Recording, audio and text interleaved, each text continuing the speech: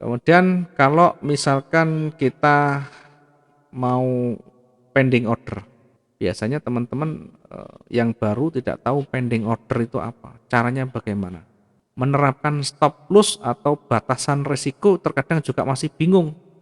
Maka saya coba untuk memberikan petunjuk di sana.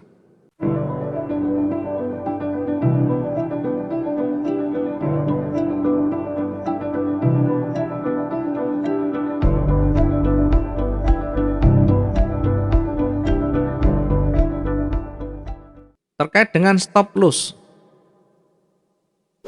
Ya, stop loss ini adalah bagian dari pembatasan kerugian atau bahasanya SL. Stop loss ini sifatnya tidak wajib bagi pemula bisa dipasangi, bagi yang sudah mahir tidak wajib dipasangi. Tetapi namanya batasan rugi, batasan kerugian ini wajib harus dibatasi, tidak boleh tidak. Bedanya apa? Ya beda. Kalau stop loss itu kita setting angkanya di mana nanti berhentinya, rugi kita di mana. Kalau batasan rugi ini tidak harus dengan stop loss, kita bisa dengan manual cut loss. Kenapa kita bisa juga dengan menggunakan cut loss? Karena dengan cut loss ini maka kita bisa menentukan kapan saja kita mau rugikan. Ketika marketnya masih berpotensi, kita bisa menunggu sehingga ada potensi untuk kembali lagi. Kalau stop loss ini sudah mengunci, kalau angkanya sudah tersentuh ya sudah habis, rugi sudah.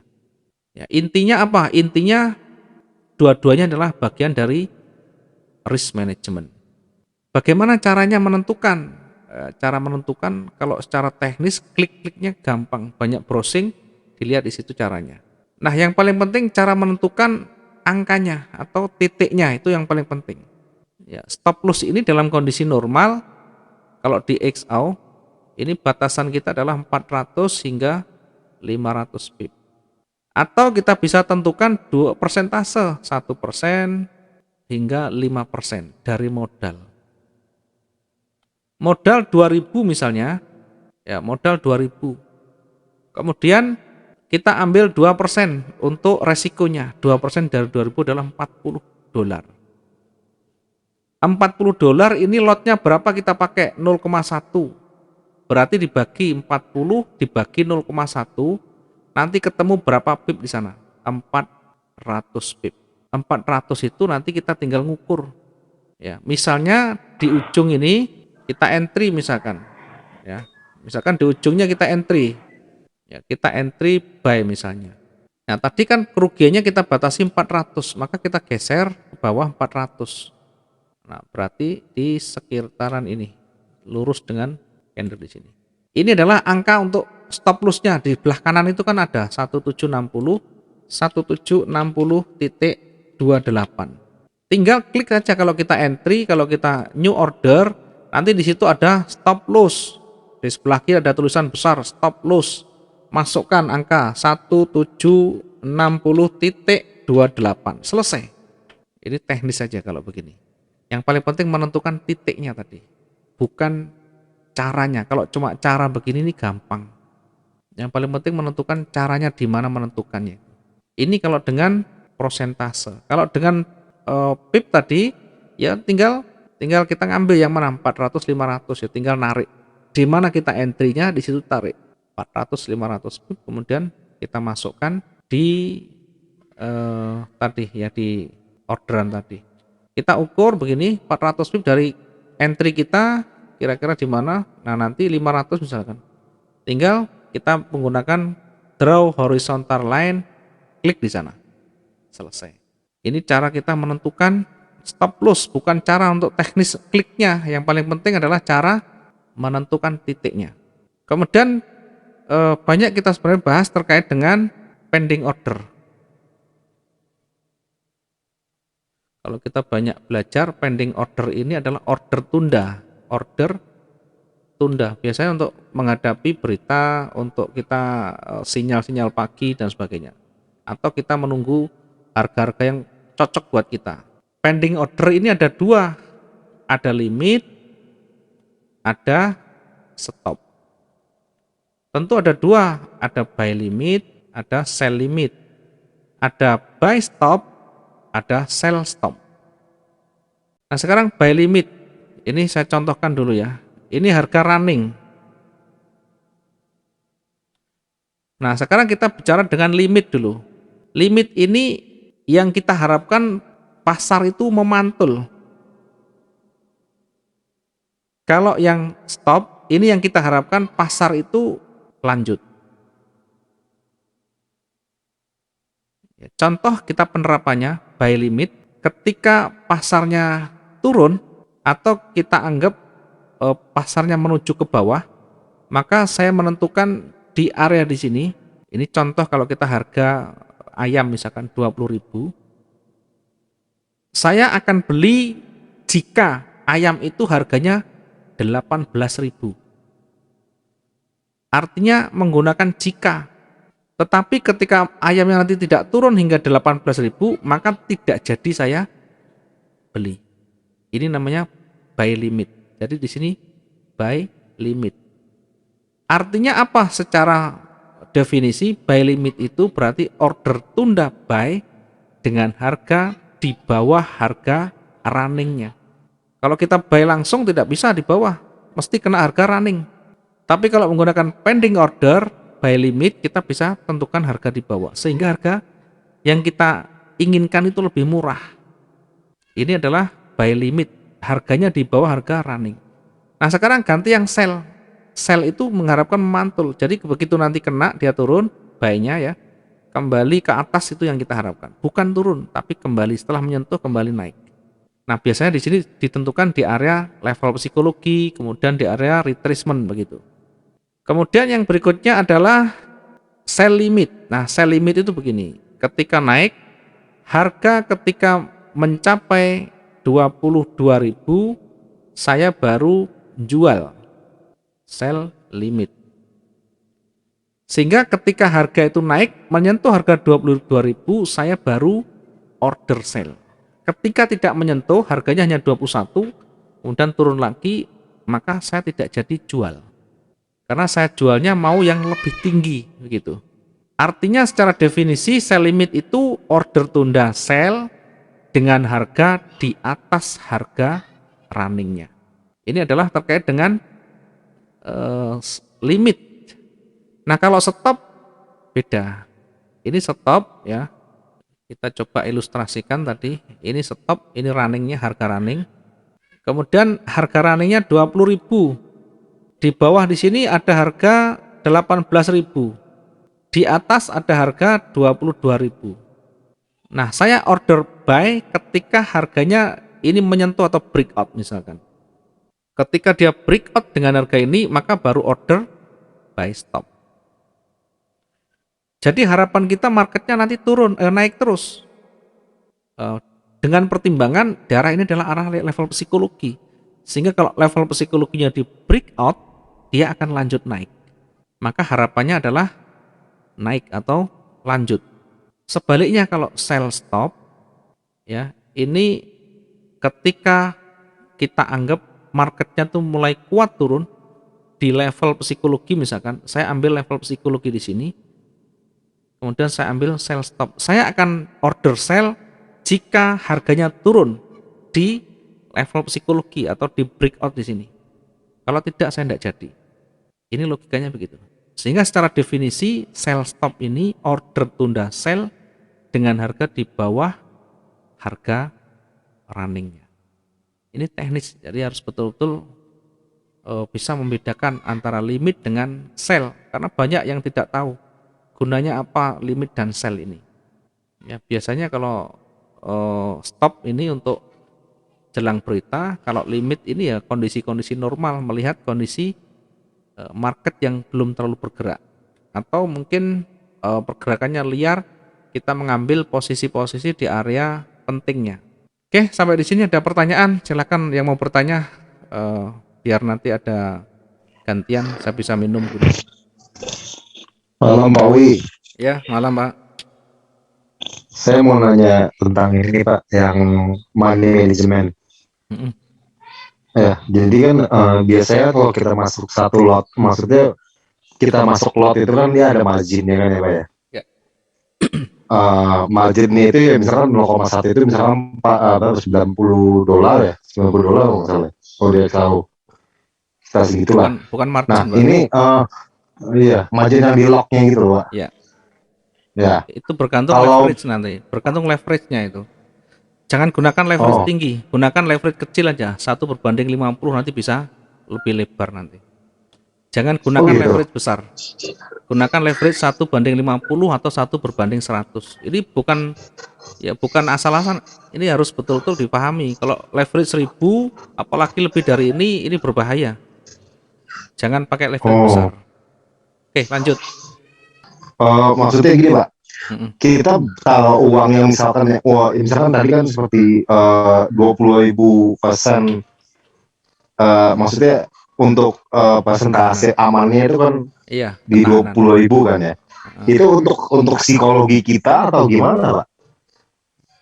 Karena kan kalau misalkan kalau dari risk management yang 400 sampai 500 pip itu kan walaupun kita kena stop loss pun itu maksudnya nggak berpengaruh banyak gitu Pak dari Ini balance kita. ketahanan, namanya ketahanan itu memperkuat biar kita itu kuat. Ketahanan kita yang kuat, Pak. Ketahanan modal kita kuat. Satu, yang kedua memang psikologi kita jadi lebih kuat di sana.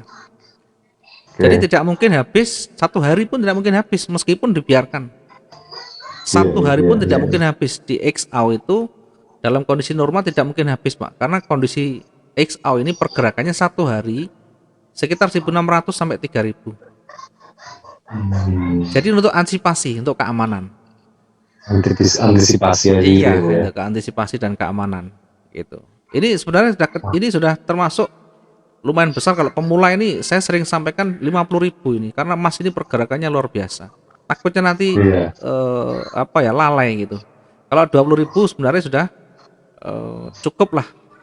Ya, ini kalau 20.000 ini sangat tidak mungkin habis kalau menerapkan tadi risk management juga, batasan tadi. Kan ada 400 sampai 500 tadi. Iya, tiap 500 pips itu kan. Maka kalau nanti floatingnya lebih dari itu berarti sudah menyalahi prosedurnya gitu. Bahasa gampangnya begitu, Pak. Ada lagi, lanjut. Iya. Ada lagi Pak, satu lagi. Iya. Ini emosionalnya ini Pak. Harus dikontrol, tidak bisa harus dikontrol Pak, dilatih, tidak bisa belajar itu. Harus dikontrol sendiri. Kita yang ngontrol. Maksudnya kadang kan kita nggak bisa lihat pagi gitu loh Pak. Lihat pagi, wah ini pergerakan lagi volatilitas lagi tinggi. Kita pengen masuk tapi ada telat gitu loh. Nanti pas masuk ternyata balik arah. Kalau kan kalau misalkan sudah terlambat, ya berarti kita memang bukan rezeki saya di sana. Nanti kita waktunya kapan lagi ada lagi monitor di sana, dipahami. Kalau di H1 kita tidak ketemu, masuk di M15. Nah ini. Nanti di situ akan menemukan strukturnya ada, kemudian candle karakternya gimana, kemudian koreksinya atau penolakannya bagaimana, harga terendah tertingginya bagaimana, ketemu nanti di situ. Anda ketemu, pasti ketemu. Di time frame M15 saya lihat M15. Iya, tapi kadang-kadang gini Pak, kayak nggak jelas gitu marketnya kemana gitu loh Pak. Iya, yang kita lihat jangan terlalu jauh. Kalau misalkan contoh misalkan, kalau misalkan datar ya kita tidak usah ikuti.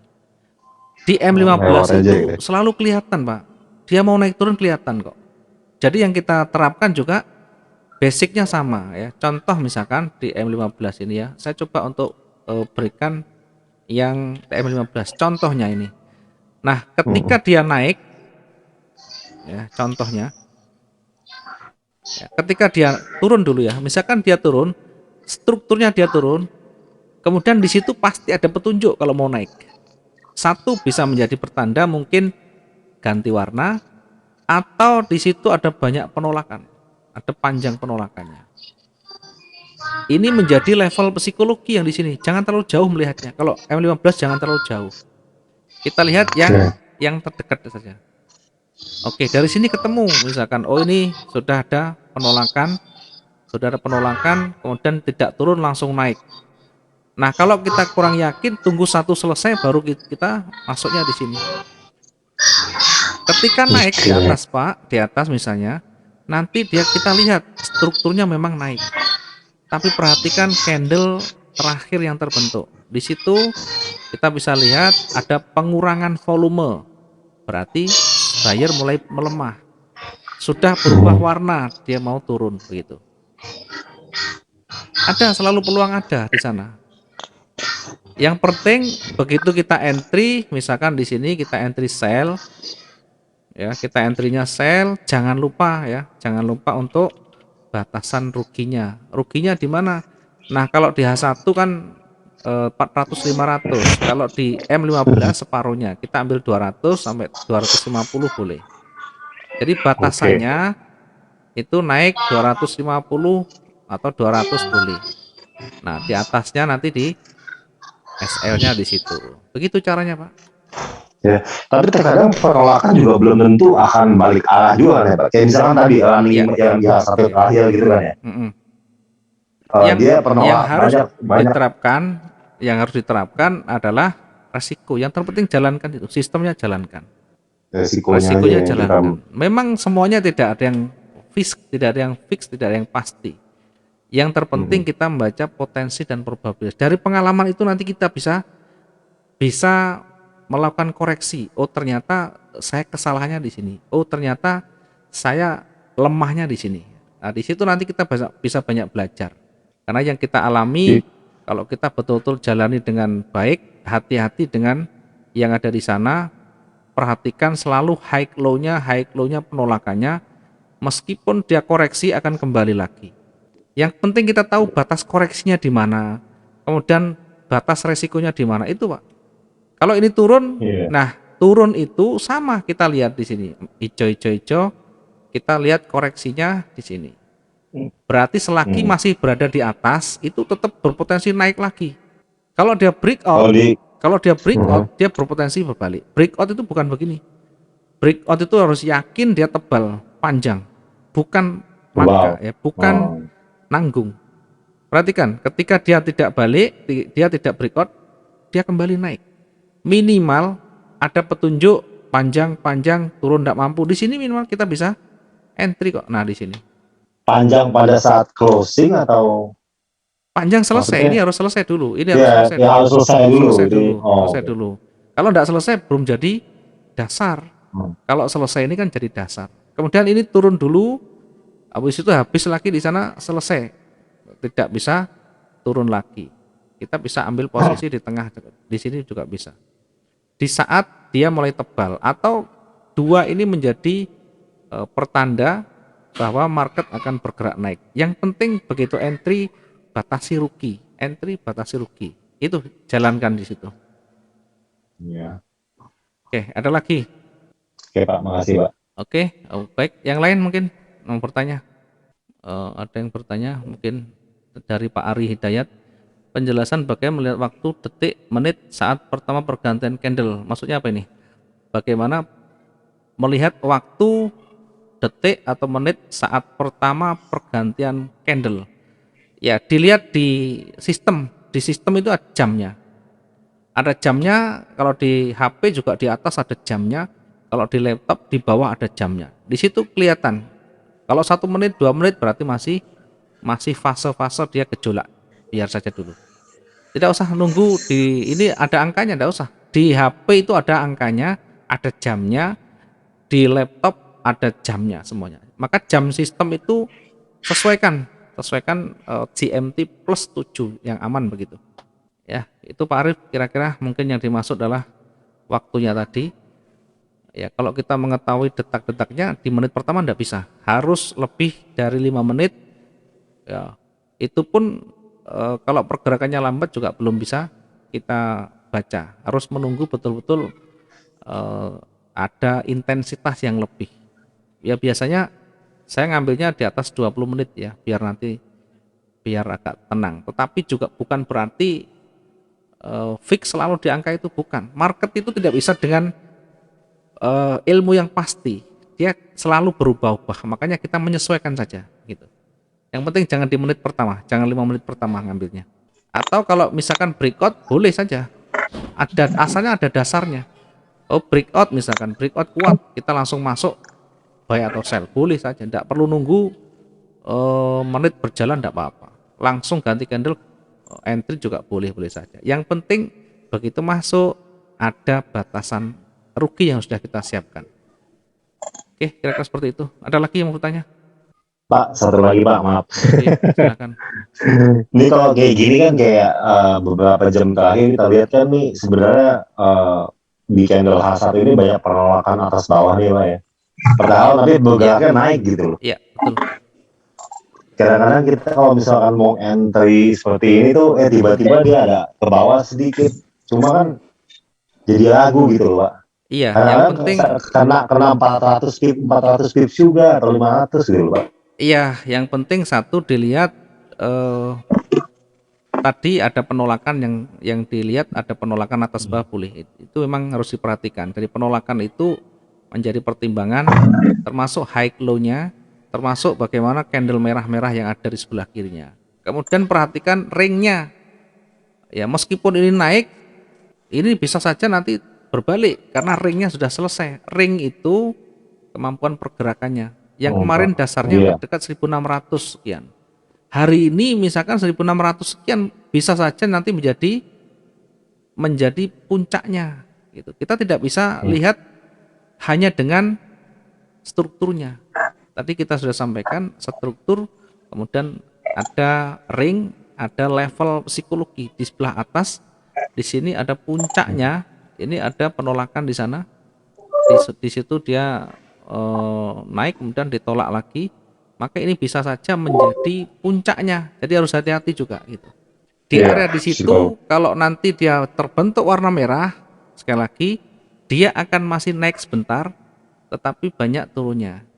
Karena apa? Karena meskipun dia hijau, meskipun dia merah, nanti di sini pernah dia high-nya sudah lebih tinggi. Paling tidak sisa kekuatannya masih ada, begitu gampangnya. Tetapi kalau sudah terbentuk merah, ya kemudian nanti tekanan ke atasnya sudah tidak mampu, misalkan naik lagi, ekornya begini. Maka high-nya kita perhatikan, high-nya di atas menuju ke bawah, ini bisa menjadi pertimbangan ya, bahwa buyer sudah berat. Ya, kita fokus ke seller ganti nanti. Itu kira-kira Pak Arif. Ya, siap, makasih Pak. Ya, oke, terima kasih banyak waktunya teman-teman semuanya. Kita sudah lebih banyak, lebih dari cukup untuk banyak belajar pada malam hari ini. Satu hal yang penting, harus ada perubahan cara berpikir kita, harus ada perubahan pola berpikir kita, termasuk bisa memperbaiki kualitas trading kita. Itu intinya, selalu koreksi saja.